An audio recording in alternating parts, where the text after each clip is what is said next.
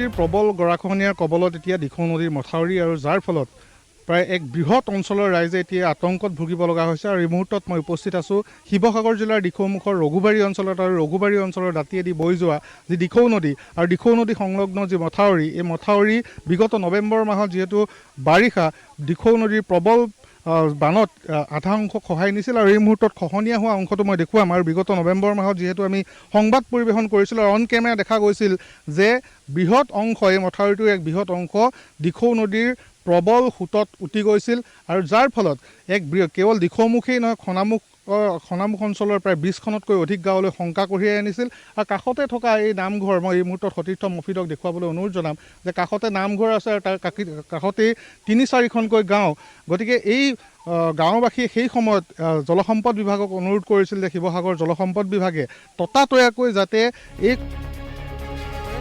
আৰু আমি সংবাদ পৰিৱেশনৰ যোগেৰে বিভাগীয় কৰ্তৃপক্ষৰ দৃষ্টি আকৰ্ষণৰ চেষ্টা কৰিছিলোঁ। সেই সময়ত ইয়াত বিষয়াসকল উপস্থিত হৈছিল। তেওঁলোকে জনাইছিল যে শীঘ্ৰেই মেৰামতিৰ ব্যৱস্থা হ'ব, কিন্তু মেৰামতিৰ যি নমুনা, সেই নমুনা মই এই মুহূৰ্তত দেখুৱাম। ইয়াত কেইগাড়ীমান মাটি পেলোৱা হ'ল, ইয়াৰ পিছতে এডাল বাঁহৰ লাং মৰা হ'ল, কেইখনমান জিঅ'মেট দিয়া হ'ল আৰু লগতে কেইটামান জিঅ' বেগ। আৰু ইয়াৰ দ্বাৰাই এই মথাউৰিটো যি মেৰামতিৰ কাম, এই মেৰামতিৰ কাম ইয়াতেই সামৰিলে। এই মুহূৰ্তত মই লগতে আন এটা দৃশ্য দেখুৱাম যে দিখৌ নদীলৈ মই সতীৰ্থ মফিদক কেমেৰাটো ঘূৰাবলৈ অনুৰোধ জনাম যে দিখৌ নদীয়ে ইয়াত এটা মেৰ লৈছে। আৰু এই মেৰ লোৱা অংশটোৱেদি য'ত খহনীয়া হৈছে তাত পানী আহি যিহেতু খুন্দা মাৰে, আৰু কিছুদিন পিছতেই যিহেতু বাৰিষা আহিছে, বাৰিষা অহাৰ লগে লগে পানীৰ সোঁত প্ৰবল হ'ব। আৰু প্ৰবল হ'লেই এই মথাউৰিটোত হেঁচা পৰিব। আৰু ইয়াত যিহেতু মাটি পেলাই তেওঁলোকে দায়িত্ব সামৰিছিল যে এই নতুন মাটি কিমান হেঁচা, সোঁতৰ হেঁচা ল'ব পাৰিব, সেয়া কিন্তু অনুমান কৰিব এই মুহূৰ্তত পাৰি যে প্ৰবল সোঁতত হয়তো পুনৰবাৰ এই মথাউৰিটো খহনীয়াৰ সৃষ্টি হ'ব। আৰু খহনীয়াৰ সৃষ্টি হ'লে মথাউৰিটো দুৰ্বল হ'ব আৰু যিকোনো মুহূৰ্ততে ছিঙি যোৱাৰ যিহেতু আশংকা আছে। আৰু ছিঙি গ'লেই খনামুখ, দিখৌমুখ আৰু এই ৰঘুবাৰী অঞ্চলকে ধৰি প্ৰায় 3টাকৈ অঞ্চলৰ বৃহৎ এক অঞ্চলৰ যি 20খনতকৈ অধিক গাঁও, এই 20খনতকৈ অধিক গাঁও জলমগ্ন হৈ পৰিব। আৰু প্ৰকৃততে জলসম্পদ বিভাগে নিৰ্বাচনৰ দোহাই দি সেই সময়ত কোনো পুঁজি আবণ্টন নহয় বুলি জনাইছিল। আৰু প্ৰকৃততে তেওঁলোকে যথোপযুক্ত যি ব্যৱস্থা কৰিব লাগিছিল সেই যথোপযুক্ত ব্যৱস্থা নকৰিলে। মাত্ৰ ইয়াত কেইগাড়ীমান তেওঁলোকে মাটি পেলালে, মাটি পেলোৱাৰ পিছত তেওঁলোকে জিঅ'মেট দিলে, কেইটামান জিঅ' বেগ আৰু বাঁহৰ লাং মাৰি এইদৰে ৰাইজক এনে এক অৱস্থালৈ ঠেলি দিলে। এতিয়া ৰাইজে নিদ্ৰাবিহীন ৰাতি কটাইছে, আতংকত দিন কটাইছে।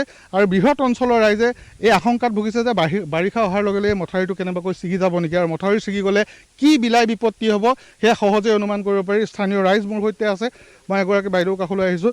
বিগত নৱেম্বৰ মাহতে ইয়াত খহনীয়া হৈছিল, আৰু খহনীয়া হওঁতে সেই সময়ত বিভাগীয় কৰ্তৃপক্ষ আহিছিল, আপোনালোকেও মেৰামতিৰ কথা কৈছিল, আমিও সংবাদ পৰিৱেশন কৰিছিলোঁ। আৰু প্ৰকৃততে যি ধৰণে তেওঁলোকে মেৰামতি কৰিব লাগিছিল সেয়া নকৰি মাত্ৰ কেইখনমান জিঅ'মেট আৰু জিঅ' বেগ দি তেওঁলোকে দায়িত্ব সামৰিলে আৰু বাঁহৰ লাং দি মথাউৰিটো ৰক্ষা কৰাৰ চেষ্টা কৰিছে। কি ক'ব এই মুহূৰ্তত? এতিয়াতো ক'বলৈ এতিয়া বৰ্তমানটো পানী আহিয়ে গ'ল। তেওঁলোকে যেতিয়া খৰালিমহীয়া কামখিনি কৰিব লাগিছিলে, খৰালিমহীয়া কামখিনি নকৰিলে। যেতিয়া য'ত যি কামটো কৰিব লাগে তেওঁলোকে নকৰে, তেতিয়া শুই থাকে। END বিভাগক আমি তেতিয়া কৈছিলোঁ যে আপোনালোকে পাকো পানী অলপ পেলাই দিয়ক। আৰু জিৰ' বেগখিনি দিছে, বস্তাখিনি যথেষ্ট পেলাইছে, সেইটো আমি নৈ কৰিব নোৱাৰোঁ, পেলাইছে বস্তাখিনি। কিন্তু পাকো পানী পেলাই যদি পায়েল পুতি দিলেহেঁতেন, অন্ততঃ কিবা এটা তেওঁলোকে প্ৰকল্পটো কাম কৰালৈকে অন্ততঃ কিবা এটা চিগা এটা ৰ'লহেঁতেন। কিন্তু এতিয়াতো ৰোৱা একো হেৰিয়ে নাই, আশা নায়েই। যেতিয়া ঢল আহিব, ঢল অহা মাত্ৰকতো গুৰু গোসাঁই নামানে, দিখৌ ঢলে গোটেই ভয়ানক সৃষ্টি কৰিব। তেতিয়া তেওঁলোকে আহি END মানুহ ইয়াত দম পাতি থাকিব বা বিভাগীয় মানুহ চব আহি কাম কৰিবহি। তেতিয়াতো চিগা মাত্ৰকতো ইয়াত কাম কৰিতো অন্ত নাই। আৰু বিশেষকৈ আমাৰ এইটো এলেকাৰ এইফালৰ পৰাতো বহুত মানুহ আহে, অহাৰ লগে লগে স্কুল কলেজৰ পৰা ল'ৰা ছোৱালীটো সেইখিনিতো বন্ধই হ'ব। আৰু এতিয়া 14-15 খনামুখৰ পৰা ধৰি জাজিলৈকে এইটো গোটেই জলমগ্ন হ'ব।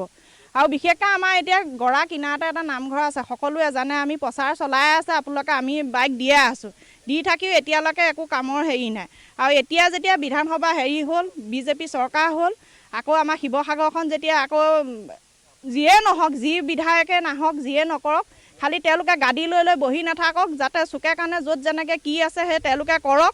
সদনত গৈ বিষয়বস্তুখিনি দাখিল কৰক, তাত গৈ পেলাই দাখিল কৰাৰ পিছত তেওঁলোকে কামখিনি কৰক, সেইটোৱে মই অনুৰোধ কৰিম। হয়, ধন্যবাদ জনাইছোঁ। আন এগৰাকী মহিলা মোৰ সৈতে আছে, মই আপোনাৰ ওচৰলৈ আহিছোঁ। বাইদেউ, এক বৃহৎ অঞ্চলৰ ৰাইজৰ যাতায়াতৰ একমাত্ৰ স্থলী মথাউৰিটো, আৰু লগতে 20খনতকৈ অধিক গাঁৱত সুৰক্ষা দিয়া একমাত্ৰ হ'ল এই মথাউৰিটো।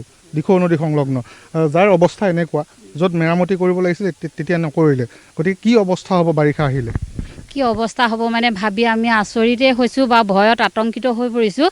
ইয়াত বাৰিষা আহিলে মানে বৰষুণ যদি দিয়ে ৰাস্তাটোতো খোজকাঢ়িব পৰা অৱস্থা নাই, আমনীয়া বোকা হয়, এআঁঠু বোকা হয়, সেইটোতো বাদেই দিছোঁ। এই গৰাখহনীয়ে এতিয়া আমাৰ এনেকুৱাই আতংকৰ সৃষ্টি কৰিছে। 10-12খন গাঁৱৰ খেতিপথাৰ শেষ হৈ যাব, ৰবি শস্যই হওক বা ধান খেতিয়ে হওক সকলো শেষ হৈ যাব। আমি ক'ত থাকিম, কি কৰিম? সেইকাৰণে বিভাগীয় কৰ্তৃপক্ষকে হওক বা চৰকাৰকে হওক আমি বিনম্ৰভাৱে অনুৰোধ জনাইছোঁ যাতে যিকোনো প্ৰকাৰে আমাৰ এই চিগাটো ৰক্ষা কৰি দিব লাগে। সেয়ে আমি কাটৰ অনুৰোধ জনাইছোঁ।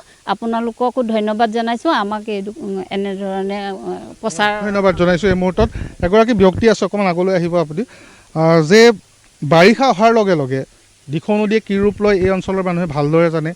আমি সংবাদো বহুবাৰ পৰিৱেশন কৰিছোঁ। এটা বানপীড়িত অঞ্চল, বিভিন্ন ঠাইত দিখৌ নদীৰ বানে তাণ্ডৱ সৃষ্টি কৰে, ব্ৰহ্মপুত্ৰৰ বানে তাণ্ডৱ সৃষ্টি কৰে। তাৰপিছতো এই অঞ্চলৰ মথাউৰিবোৰ কেতিয়াবাই মেৰামতি কৰিব লাগিছিল, কিন্তু আজি পৰ্যন্ত কৰা নহ'ল। বিশেষকৈ ৰঘুবাৰীৰ এই মথাউৰিটো কি ক'ব, এনেদৰে পেলাই থৈ? এই ৰঘুবাৰী মথাউৰিটো মানে এতিয়া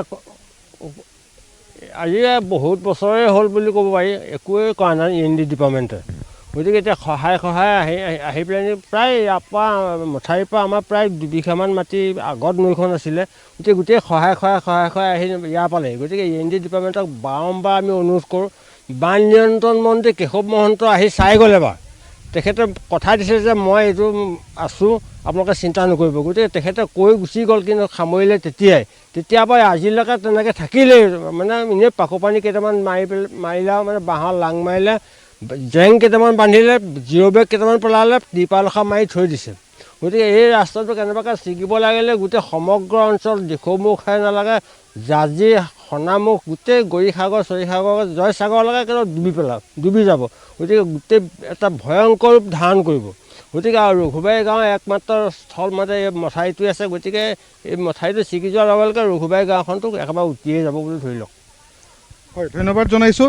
মই এই মুহূৰ্তত উল্লেখ কৰিম যে শিৱসাগৰ জিলাৰ দিখৌ নদী সংলগ্ন যিসমূহ মথাউৰি আৰু অন্যহাতেদি ব্ৰহ্মপুত্ৰৰ সংলগ্ন যিসমূহ মথাউৰি, সেই মথাউৰিসমূহ প্ৰকৃততে শিৱসাগৰ জলসম্পদ বিভাগৰ একাংশ বিষয়া আৰু একাংশ ঠিকাদাৰৰ বাবে সোণৰ কণীৰ পৰা অহা। বাৰিষা অহাৰ লগে লগে এওঁলোকে আঁচনিসমূহ কাৰ্যকৰী কৰিবলৈ যায় আৰু বাৰিষা সেই আঁচনিসমূহ সম্পূৰ্ণ বিফল হয়। পানীৰ মাজত তেওঁলোকে পাৰ্কোপাইন দলিয়ায় আৰু ইয়াৰ পিছত তেওঁলোকে বান নিয়ন্ত্ৰণৰ কথা কয়। প্ৰকৃততে এই মথাউৰিবোৰে তেওঁলোকক কিন্তু যি ব্যক্তিগত সম্পত্তি আৰু ব্যক্তিগত আয় বৃদ্ধি কৰাহে একমাত্ৰ আহিলা। এই মুহূৰ্তত সতীৰ্থ মফিদক মই পুনৰবাৰ দেখুৱাবলৈ অনুৰোধ জনাম যে এই মথাউৰিটো প্ৰকৃততে স্থায়ী যি সমাধান, স্থায়ী যি মেৰামতি কৰিব লাগিছিল, সেই ক্ষেত্ৰত কিন্তু বিভাগীয় কৰ্তৃপক্ষৰ কোনো মনোযোগ নাই। আৰু যাৰ ফলত এতিয়া এই ৰাইজে আশংকা কৰিছে যে বাৰিষা অহাৰ লগে লগে পুনৰ এই মথাউৰিটোত খহনীয়া হ'ব আৰু মথাউৰিত খহনীয়া হোৱাৰ লগে লগে এই মথাউৰিটো যিকোনো মুহূৰ্ততে ছিঙি নিয়াৰ উপক্ৰম ঘটিব। আৰু যাৰ ফলত প্ৰায় 20খনৰো অধিক গাঁও, 3টাকৈ অঞ্চলৰ 20খনতকৈ অধিক গাঁৱৰ মুহূৰ্ততে জলমগ্ন হৈ পৰিব, ঘৰ দুৱাৰ সকলো উটুৱাই নিব। আৰু পূৰ্বতে যিহেতু এই বানপীড়িত অঞ্চলটোৰ কথা মই উল্লেখ কৰিছোঁ যে দিখৌমুখকে আদি কৰি বিভিন্ন কেইবাটাও অঞ্চল যিহেতু ব্ৰহ্মপুত্ৰ আৰু দিখৌ বানত বিপৰ্যস্ত হৈ আহিছে আৰু বাৰিষা আহিলে দিখৌ নদীয়ে প্ৰকৃততে কি ৰূপ লয় সেয়া সকলোৱে দেখিছে যে ইয়াৰ যিসমূহ ওচৰ পাজৰৰ অঞ্চল সম্পূৰ্ণৰূপে জলমগ্ন হয়, খেতি বাতি সম্পূৰ্ণৰূপে নষ্ট হয়, ঘৰ দুৱাৰ মানুহে ঘৰেৰে মথাউৰিত বসবাস কৰিবলগীয়া পৰিস্থিতিৰ সৃষ্টি হয়। আৰু এইবোৰৰ পিছতো এই জলসম্পদ নামৰ বিভাগটোৱে বাৰে বাৰে দাবী কৰে মথাউৰি সকলো মেৰামতি কৰা হ'ল, যে বান নিয়ন্ত্ৰণ কৰা হৈছে, কিন্তু প্ৰকৃত ছবিখন এইখন যে শিৱসাগৰ জিলাৰ দিখৌমুখৰ এই ৰঘুবাৰী অঞ্চলৰ যি দিখৌ সংলগ্ন মথাউৰি, এই মথাউৰিয়ে প্ৰমাণ কৰে যে প্ৰকৃততে শিৱসাগৰ জলসম্পদ বিভাগে কি ধৰণে কাম কৰি আছে আৰু ৰাইজে এই কাম কাজৰ বাবে নিদ্ৰাবিহীন ৰাতি কটাবলগীয়া হৈছে। এতিয়া তেওঁলোকৰ এটাই দাবী যে অনাগত সময়ত শীঘ্ৰেই এই মথাউৰিটো স্থায়ী যি মেৰামতিৰ কাম, সেই মেৰামতিৰ কাম সম্পূৰ্ণ কৰক, অন্যথাই কিন্তু ৰাইজ জাগি উঠিব আৰু ৰাজপথত প্ৰতিবাদ কৰিবলৈ তেওঁলোক বাধ্য হ'ব।